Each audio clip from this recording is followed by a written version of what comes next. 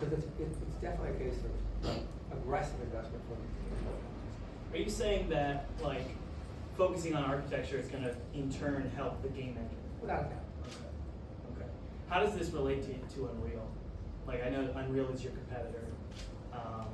They've got a lot of cool tools, you know, like Lumen, I believe. How does Unity? I guess what is Unity doing to compete with Unreal specifically? First off, every deal we do with film, architecture, engineering, construction, auto, we compete. I mean, you can't. I mean, they just actually. We're having a United event. They had an event not long ago, and it was about all the other issues already. So it's not like we. What'd you say? There's no recording. No. All right, like I say, anything. You can say You anything. can recorded that. Oh, this will be fun. Yeah. God and Thomas Unplugged. Yeah. So I've been really looking forward to this. So what I do is I make video games live with Unity. One of my biggest videos I did was with PewDiePie. That was a really cool moment. How stressful is it being the CEO of Unity? 1 out of 10, 10 being the most stressful job ever. Remember, you're not being recorded.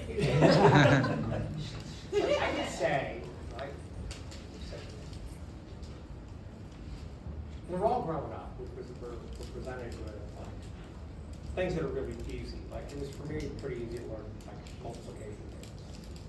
But other things were really hard. I wasn't naturally a great athlete, so becoming a varsity wrestler or a varsity football player or a decent tennis player, different skier, was more work for me than other people. And one of the things that I've always felt like is that you talk about intensity or pressure. That can be hard to make a bad game too, but it can be really hard to make a good game because you pour your heart and soul into it, and somebody plays it and they say crappy things about it, right? So you kind of put that extra effort in to like imagine what they're going to do and imagine again what they're going to do. Then maybe you put it in front of them, get some feedback, and they crap on something you did, or the UI wasn't intuitive, or whatever it is. So I understand the creator's dilemma, which is, I want to be a creator and there's joy in creating, but because I want the joy, I want to put myself through the hell, the pain to get it. So I have one of those jobs that has a high stress level and a high joy level because of the nature that they go together. It's just a high octane place. Yeah. And do the very best we can possibly do. Yeah. And when you're public like we are, and I'm not exactly a public figure, but a fair number of people know me, one of the things that gets to be really challenging, right, is you do your best work and it's misunderstood. And in being misunderstood, it can be maligned or criticized. And it's like, no, that's not what that's about, or that's not what this is. But you just have to take it. Now, I'm not Hillary Clinton or Donald Trump or Elon Musk. They have fan people and obviously enormous critics. Yeah. They must develop a thick skin. Yeah. Your Jim Carrey, the best movie ever made, man, somebody else writes, like, your pond scum. It does, one of the things that does come with a job of mine, that's high stress, high reward, some visibility, is there's some people out there that it's pretty amazing how much Unity's just broadening their scope. But my concern is there a point where Unity stops focusing on game developers? Is that the primary focus of Unity? So, games are basically put together with a wire mesh polygonal model, okay? So they're a bunch of triangles and shapes. And then you texture those shapes, and then you light those shapes, and you animate those shapes, and you get what you see in the video game player. But that's an abstraction, that's not real, right? That's just, it's designed to look like something that an artist made. Ray tracing takes every pixel, like on here, there's probably 2.5 million pixels. Every one of those pixels lights them and colors them individually as you are seeing in real life. In fact, this is higher resolution than I can see. So the individual pixels are computer. So that is a staggering amount of computer. Yeah. Now, give me a scene, photorealistic, ray traced, send it to a set of supercomputers, and in the morning I can look at 5 seconds of video. But that doesn't work well on a video game. Yeah. CPUs and GPUs are not powerful enough unless they're augmented in the cloud. The cloud's not fast enough to provide for real-time ray tracing.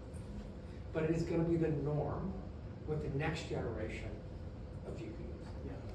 And everyone's gonna want it. So there's only one place to learn it, the auto industry and the architecture industry.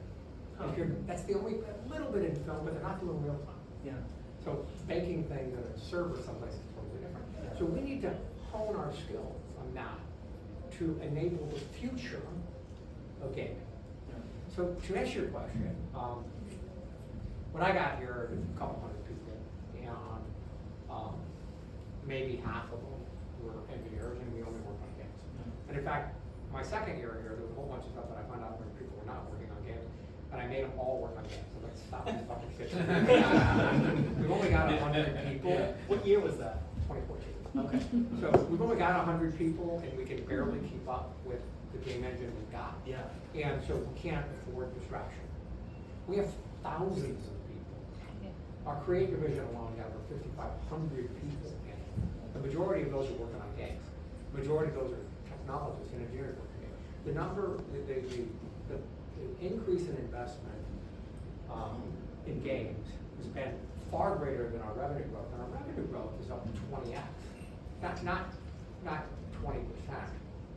2,000%. Okay, so 20x. Yeah. And our investment in game development is up more than that over that time frame, a lot more than that. And so the investment spend, almost to the point of predict-oriented programming skills. Okay, which, what does that mean? You take a GPU or a CPU, it's got multiple cores in it, right? You're already got multiple cores in a GPU or CPU. When there's instructions from the game to put pixels on the screen, so the hatchet or the car or the head or whatever it shows up, it gets munched by a GPU and turned into pixels that you see on the screen. Technically, I'm not an engineer, so that's as good as it gets for my description. Munch is probably not the technical term my engineers would use. Actually, I do have better words for that, but I think munch good that does it, and I can't talk to you. When it's done with an object-oriented programming system, there's a system that parses what you're rendering. Okay? It parses a hatchet separately from a car, from a tire, from a tree, from whatever those are. And if you got 8 cores in a GPU, 1, 2, 3, it goes on this one as long as the tree is being consumed. It goes on the next one as long as the car is being consumed. And against 8 cores, you get the slowest output of whatever the slowest, largest object was that's needed to be consumed by the GPU. That's a staggeringly inefficient way to process data. Nobody in their right mind would make games this way, except all of them. So we created a thing called DOTS, Data-Oriented Technology Stack. And the Data-Oriented Technology Stack has some really interesting things. One is an entity component system, and another one is a burst compiler. And the 3 things come together to produce a thing where instead of all these objects going this way in the GPU, they get turned sideways, they get sliced into infinitely small, and they go through completely pieces and reassembled on the other side. For many use cases, it's 10 times, 100 times, 200 times faster. One of our founders, our technical founders, like looking at a game saying, will that sell, not sell, how do I figure that out? Using my hands and thumbs to figure out whether a game is producible or not producible, but marketable. Yeah. And I've always compared games to another game. This COD looks better than that COD. Battlefield Water looks better than COD Water. The ocean water, and you know, remember when Need for Speed Underground came out 12 years ago? And the key thing is they did the game at night, and we introduced colored lighting, which we've never done before. And colored lighting, of course, is so cool. And like different technologies, aluminum, but yeah, that kind of thing. Anyway, global illumination. Yeah. Anyway, so and first time in my entire life, I looked at something rendered in real time, and the only relevant comparison was real life. There was no point in comparing that to anything that had ever been rendered before around hair, except other stuff that, like, it's going to come out very shortly, Avatar 2, using the same damn tools from James Cameron. He's ahead of us, he's got a commercial product coming out. And I feel that way, and then I had kids, and now I'm like, okay, I gotta pay bills. get it. And it's funny, we're working on something to make